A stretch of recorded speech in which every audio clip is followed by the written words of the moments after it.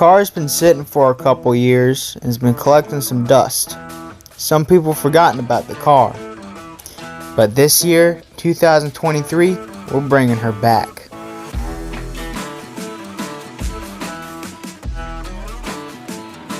She may not be as fast as she used to be, but she's going to be able to hit the streets and cruise all day and night without a single problem. We took the motor out of the 66 so it can be the heart of the black car.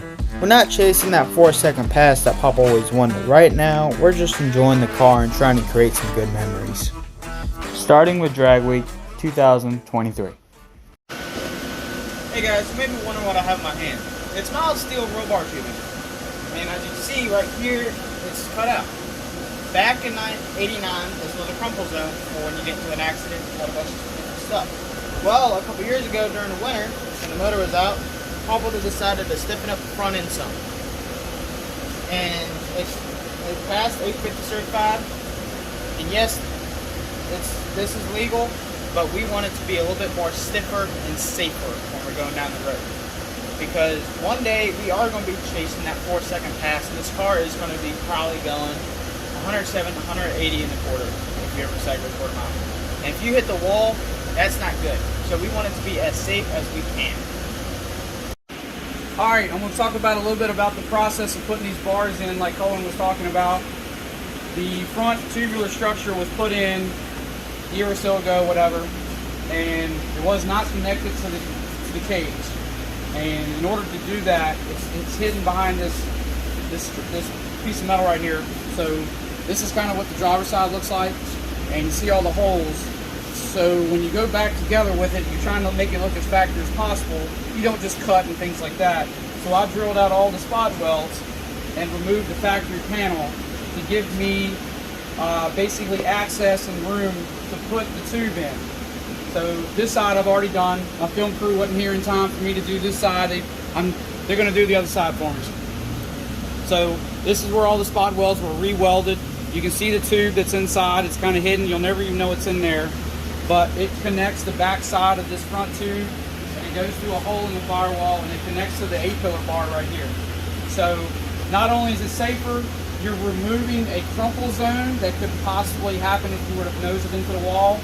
But not only that, with the amount of horsepower and what we plan on doing with the car in a few years, obviously not right now, the motor that's going in the car is going to be kind of slow. But also by doing this, you also are adding strength and rigidity to the chassis. So the chassis is stiffer, it's more tunable, it's more consistent. The car just becomes a better, running car. The way it's not flexing. So anyway, we can look on the other side over here. I've already got one side apart, and we're getting ready to weld the tube in. Okay, here we go. All right, so on the driver's side over here, I pretty much got it kind of prepped basically to put the bar in. This is the side that I've removed from over here, so you can tell where it came from. Drilled out all the spot welds and removed this piece. Try to keep it as in stock form as possible. Try not to bend it up too bad, that way it goes back easy. But I've removed all that. I've kind of sanded it down and grinded down a little bit of rust and some stuff we found, and prepped the area. I cut here and removed this panel as a flap. And the reason why I do that, Koen, hand me the gun while she's filming. So the reason why I do that is when the tube goes in with that flap out the way, it allows me to get the gun back on the back side and fully weld the tube all the way around. If you didn't do that, it'd be impossible to get the tube all the way around. So that just gets moved, bent out of the way for a little bit. And as you can see on the other side, I did that and bent it back and welded it. You really can't tell it was done. Once you put the fender on, you'll never know that it ever happened. So this just makes a nice, full, complete weld all the way around. So anyway, so you can see I put some primer in there. I use weld-through primer, so it doesn't hurt while I'm welding. But I use the weld-through primer before I put the tube on, because once you weld the tube on, if you're trying to prime and paint to prevent rust from the future, you're never going to get behind that bar. So this is a step kind of, in ahead of time. But this is ready to go on once we're all done, so we'll just put that away for now. And here's the piece of tubing that I had a local guy up the street. He bent it for me, but it's just mild steel. You know, this is chromoly, that's mild steel. I can't TIG weld. I'm still trying to figure out how to TIG weld. I'm learning. But so I've notched the end and I've got it all cut and I've cleaned up the ends and everything for, you know, a good weld. So I took a hole saw here and the 8-pillar bar is right on the inside. I've already cleaned that up and prepped it. So in a roundabout way, that hits the 8-pillar bar and a good tight fit. There you go. It's ready to weld. It's in there nice and tight. That notch on the 8-pillar bar I checked the other day is perfect. This is perfect here.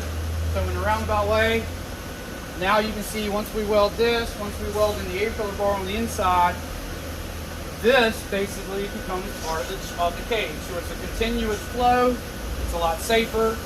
There's a lot less flex in the chassis. So other than that, all I can do now is just weld it in. And Fox bodies flex a lot. Yes, they do. All right, so we got our ground ready to go. Our welder is ready to go. And I think that's all set. Basically going to tack the outside, go inside the car, tack the inside, make sure nothing's going to move, double check everything, make sure all the fits are good, and then at that point just 2 full welds and we're done.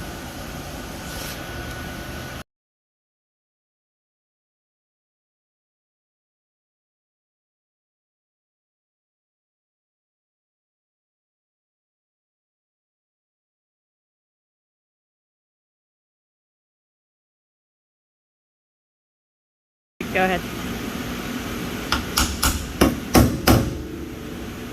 Now, a lot of this over here, you can see where there was a lot of things that was bent and kind of crumpled and weird, and I assume that was from the accident that happened years ago at the track. That also was the top of that skull. Yes, this whole upper strut tower, you can tell, got blown off.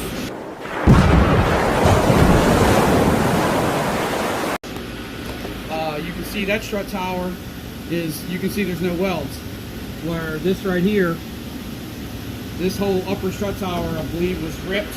The strut got shoved through. Watch the video in slow motion. That's how it hits the ground first. Yeah. So you can see it wasn't. You can see where that side of the car, where I cut it apart and welded it back together, looked a lot better than this side of the car. But that's okay. We can plug in video of the accident for those that don't know. So some of this stuff needs to be tweaked a little bit as it goes back together.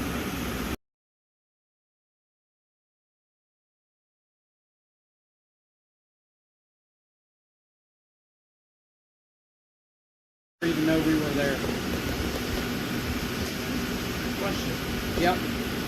If we're gonna paint that, I mean, a lot of this needs touch up. But it'd be too much time consuming if we just paint this whole area back here. I mean, we can do that real quick. I mean, we can tape off. I mean, I'm not going to go through the trouble of taking like the wiper or the master cylinder. No, just take it off just to make it look good and better. Yeah, that's fine. I mean, there's a lot of flaws. I mean, I guess gloss black is going to be too shiny and flat's going to be too flat. So we'll go get like some semi. Yeah. Like a semi gloss. Because I still got a whiz wheel all through here. So yeah, I mean, obviously I'm going to put some paint over that and over this. Oh yeah, we'll hit some areas. I mean, might as well.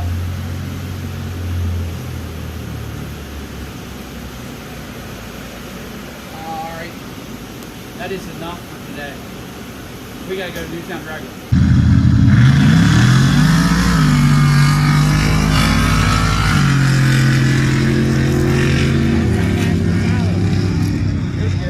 Getting there. 3 days later. I can't thank David enough for letting me help with the black car. He's been teaching me to weld over the past couple months, and this has been a big step. Let me take a couple seconds to explain the aluminum flat stock that I am holding in my hand.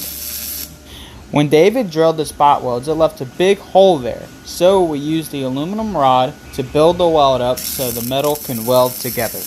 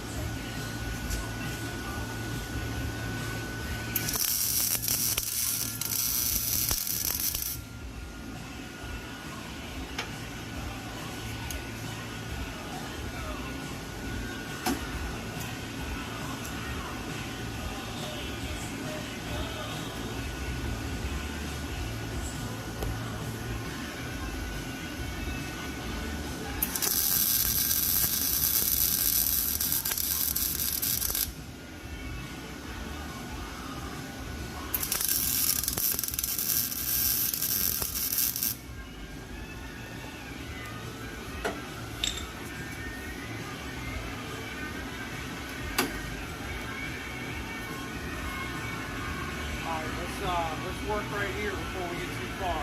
Look how that looks like shit. Yeah, but we'll figure it out.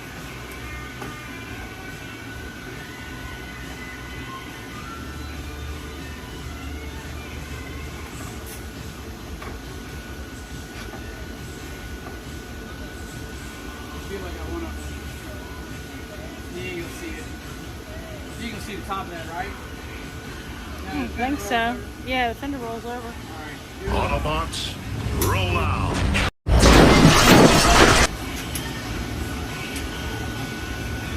Check back in next week where we put the 347 in the black car and also some cool stories about Pawpaw.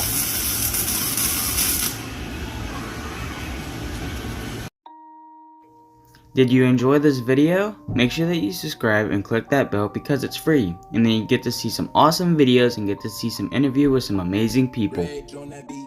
I also post videos of some action-packed racing. Make sure that you follow me on Facebook and Instagram at Koen-N-Kars, and I also have shirts and decals for sale. And we'll see you next time. Thank you to our sponsors.